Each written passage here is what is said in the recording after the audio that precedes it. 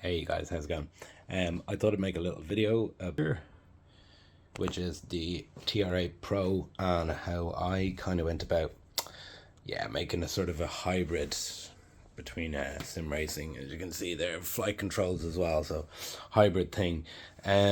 It's not. I'm not doing a review of this. I will say off the bat though. I mean, I got it. Okay, potentially because I was a little bit lazy, and in terms of not getting an aluminium profile, it was a little bit cheaper. But all in all, like I probably didn't save much. And yeah, looking back, maybe it probably would have been a better idea to get an aluminium profile, just because it's kind of more customizable or whatever. But the way I've gone about this has worked well for me anyway. I think some things mightn't work out that well depending on your height, but let's see. Anyway, look, I'll get into it. So, where to start, even really? Okay, well, first thing, in order to have the pedals, the rudders rather, here. So, well, let's say just I'm having it in the race configuration. I actually contacted Track Racer, and they, at the moment, don't have a slider for this. So, obviously your chair has a slider to move forwards and backwards. This doesn't, and this does. Now, again, this is kind of turning into a review here of what this actually doesn't do. It's just, it kind of correlates to how I get it set up for flight sims versus race sims. Race sims, it's obviously clear. You can slide this forwards and backwards, adjust the wheel to your own position or whatever, blah, blah. Slide the chair, but currently not that. That will be handy in the future, actually, especially for the flight sim thing. So, anyway, what does come with the thing, if we can just get down here, is this here. This unit, this arm, comes as standard with it, and it's for your shifter. So what I got extra, if you can see over there, I don't know if there's much light. I'm trying to get down there. What those are attached to are a similar kind of arm, and I think it's called like the flight, I don't know, like flight simulator, whatever accessory that you can get for it. For the most part, I was able to screw things in. This was a bit of an annoying drilling. I mean, in fairness to them, like, this is some solid metal that they do. It was very hard to drill through, so I kind of half cheated. If you look underneath, I got a bolt. I think it's M4 to get this, the Thrustmaster throttle. I had to screw that in there, and then I just used some double sticky tape. So you could probably even get away with just doing that full stop. I mean, it's good to have at least one bolt in. I literally gave up on drilling that one there. I said to hell with it. And so that's doing fine.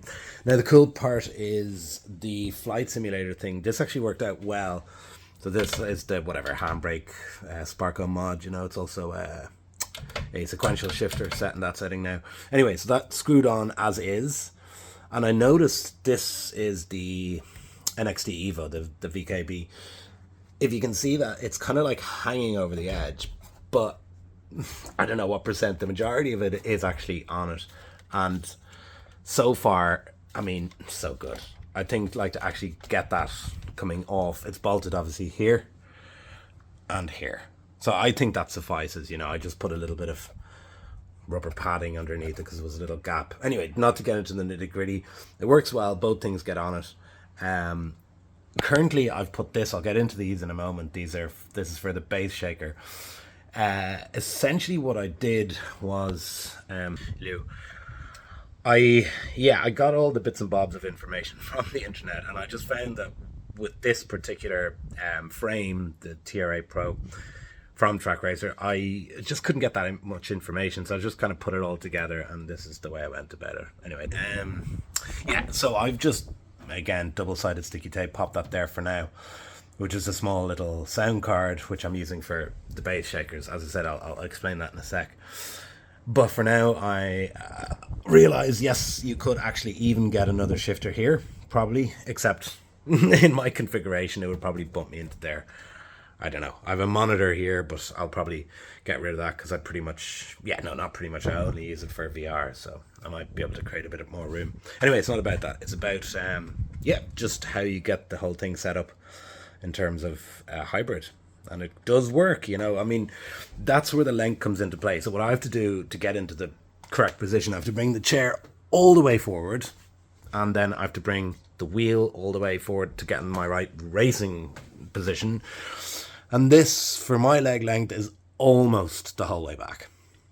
So that's what I mean. Like, there are slight trade-offs. With an aluminium profile, you'd probably be better off. I mean, I think this video is probably more intended for people like me who have this, and then we're trying to figure out some solutions. So, I mean, I wouldn't dissuade you from getting it. Like, I think it looks pretty badass, and yeah, it was nice and easy to make. I wasn't really fussed with doing the whole aluminium thing, but anyway, whatever. It is what it is. I have what I have, and I'm happy, very happy. So moving on, yeah, okay, this is another thing. So in terms of drilling, this involved a little bit. This is the foot pedal mount, or the tray, or whatever I suppose you call it, and then, you know, I've mounted my pedals on here. Now, admittedly, they're pretty far apart. I don't really use a clutch, and if I do in the future, this will have to go, and I'll figure out some other kind of rumbles here, or some vibration, whatever, because it is very nice to have this, actually, to be honest. It's really sweet to feel like whatever effects you have on your feet, you know, gear changes and ABS and that sort of thing. Anyway, so yeah, this did come with a clutch, but I removed the clutch and then found that this worked by as is. It could have done with a few more drill with holes or whatever, sorry, to attach things to. It didn't, so I had to drill 1, 2, 3, and 4. This, however, was a doddle to drill through. It is solid as hell, but for some reason it was just much easier. I don't know why. But anyway, so I got those in, and yeah, that's it. Attached the base shaker to there, and then I have one more. These are the Dayton ones, by the way. I have no experience with anything other than them, but they're pretty awesome. And there's the other one, attached directly to the bottom of the seat. And yeah, it's pretty nice feeling.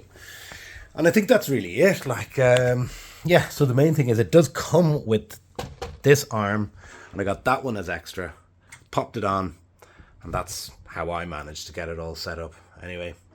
And lastly, this is something I obviously will kind of neaten up a little bit, but you'll get the idea. I'll pop this here. At least I think that, no, there we go. Is that the position? Nope, again wrong, there. So I'll have to get something that fits exactly right, but for the moment this is just like a hard drive kind of thing or whatever, hard drive cage. So something that's basically going to match up there. I plan to put like maybe a block of wood here, across here, and then if I can find them, there we are. You get your, obviously I'll get maybe some neoprene across the bottom just to protect these. I'm not getting too many scratches. There you go, you pop that there, and you got your rudder pedals. So pretty much all set up as a hybrid.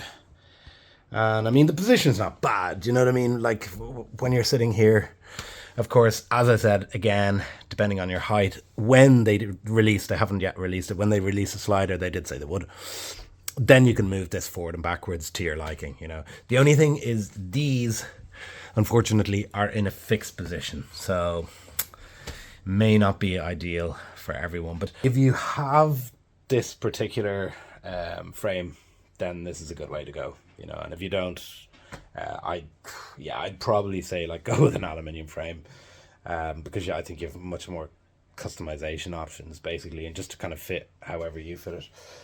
But then again, I mean, it worked for me. I don't know, height, what am I like? It's a good question. 180, I don't know in meters. I know I'm like about just under 6 feet. So yeah, there you have it. So anyway, good luck. And yeah, there it is, TR8 Pro. Flight sim and racing all in one. Yay, happy. Took a bit of creativity and a bit of it was a bit annoying, but happy with it in the end. Anyway, listen, good luck with this, and hopefully you know, you might find this useful.